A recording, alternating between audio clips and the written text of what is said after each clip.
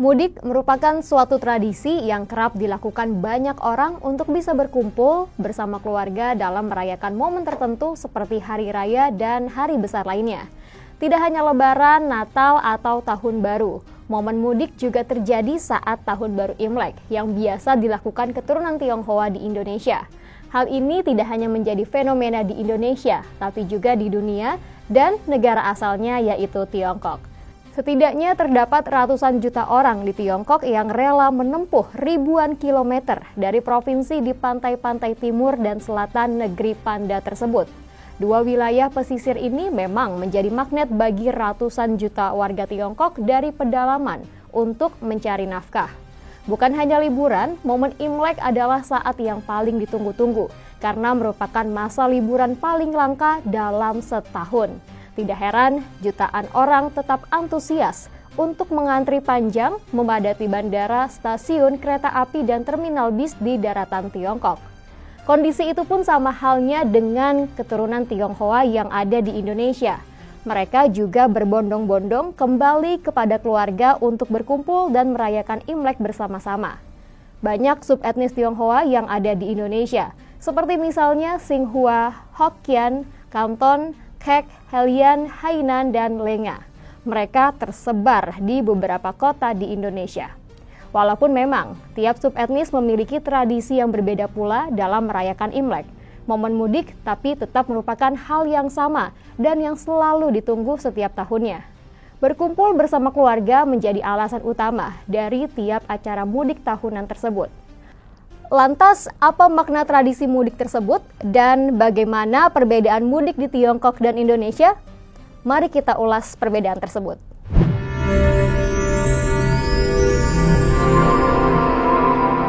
Jurnal Barata. Memang hampir tidak ada perbedaan antara tradisi mudik di Indonesia dan di Tiongkok, karena keluarga biasanya menjadi alasan utama kepulangan para perantau ini. Dan mungkin perbedaannya hanya sebatas jumlah saja, yang mana pemudik di Tiongkok membludak hingga ratusan juta orang, mengingat populasi Tiongkok di angka 1,4 miliar jiwa sehingga perlu dipersiapkan banyak transportasi.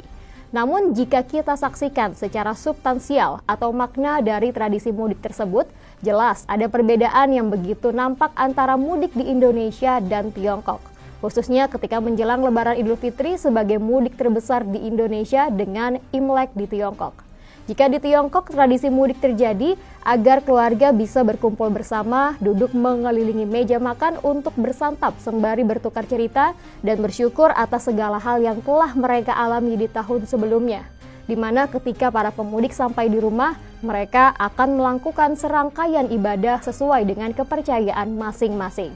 Sehingga walaupun berbeda agama dan juga kepercayaan, konsep merayakan Imlek tetap diberlakukan oleh orang-orang keturunan Tionghoa, baik yang ada di Tiongkok maupun di negara lainnya. Hal inilah yang berbeda dengan di Indonesia. Momentum mudik Lebaran Idul Fitri didukung oleh pembenaran teologis khususnya bagi agama Islam.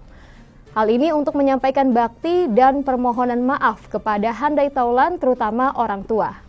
Fenomena mudik di Indonesia ini bisa menunjukkan bahwa hubungan emosional masyarakat dengan tempat kelahiran masih sangat kuat dan tidak pernah terkikis oleh perjalanan waktu. Ini juga merupakan fenomena antropologis universal yang punya aspek psikologis. Meski memang setiap agama, bangsa, bahkan negara punya event seperti itu, namun fenomena mudik masyarakat Indonesia lebih didasari oleh karakter sosial yang sangat kuat. Karena adanya dorongan keagamaan yang telah menjadi budaya di kalangan masyarakat Indonesia, seperti saling memaafkan yang diyakini dapat terwujud dengan sempurna apabila mereka bisa bertemu dan bersilaturahmi secara langsung. Begitu pula dengan ziarah kubur yang hanya bisa dilakukan saat mudik ke kampung halaman. Walaupun terdapat perbedaan, sejarawan dan kandidat doktor sejarah Universitas Melbourne, Ravandoli, mengatakan, tradisi mudik di Indonesia tetap merupakan adopsi akulturasi dari Tiongkok, dan di sana tradisi ini disebut sebagai Chunyun, yang menjadi migrasi besar-besaran miliaran orang Tionghoa di Tiongkok dan negara lain.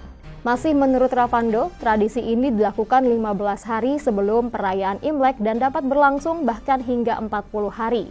Tradisi ini hampir mirip dengan tradisi mudik di Indonesia ketika Lebaran.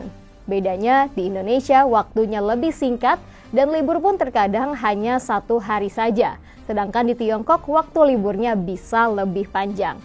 Sejarawan Universitas Sanata Dharma Yogyakarta, Yeri Wirawan turut mengomentari hal senada bahwa tradisi mudik sudah sangat erat bagi etnis Tionghoa, baik itu di negaranya maupun keturunan yang berada di berbagai negara. Menurut Yeri, hal itu terjadi lantaran banyaknya orang Tiongkok yang menjadi perantau. Sementara dalam tahun baru, mereka harus memberikan hormat kepada orang yang biasanya berada di daerah asal mereka. Oleh karenanya muncullah istilah mudik.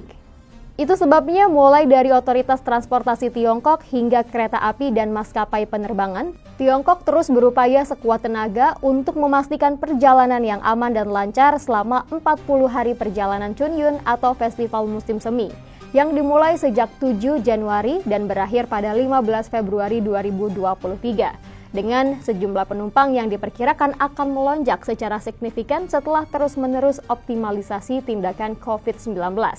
Sekitar 6,3 juta perjalanan diperkirakan telah dilakukan menggunakan kereta api Tiongkok sejak 7 Januari dan lebih dari 10.000 penerbangan domestik juga telah dijadwalkan pada hari itu atau meningkat 13% dari tahun ke tahun.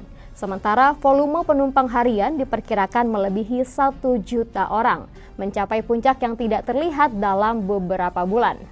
Chunyun 40 hari Tiongkok disebut sebagai migrasi manusia terbesar di dunia. Makanya tidak heran jika diperkirakan tahun ini kita akan melihat sekitar 2,1 miliar perjalanan penumpang dilakukan, atau naik 99,5% dari tahun 2022, sebagaimana yang pernah dilaporkan oleh Su Chengquang, seorang pejabat Kementerian Transportasi Tiongkok atau MOT saat konferensi pers. Volume penumpang di udara, kereta api, dan jalan raya menurut Su ditetapkan mencapai 70,3% dari tingkat pra-epidemi pada 2019 silam. Sehingga sehubungan dengan melonjaknya permintaan perjalanan, departemen terkait dan operator transportasi telah meningkatkan upaya dengan peningkatan penyebaran kapasitas transportasi tambahan. Maskapai penerbangan Timur Tiongkok mengatakan pihaknya juga berencana untuk mengalokasikan 753 pesawat untuk perjalanan yang akan datang, dengan rata-rata penerbangan harian yang direncanakan lebih dari 2.900 penumpang. Air China juga berencana untuk mengatur 58.633 penerbangan selama perjalanan Festival Musim Semi, meningkat 75,9% dari tahun ke tahun dengan pertumbuhan yang signifikan pada rute domestik.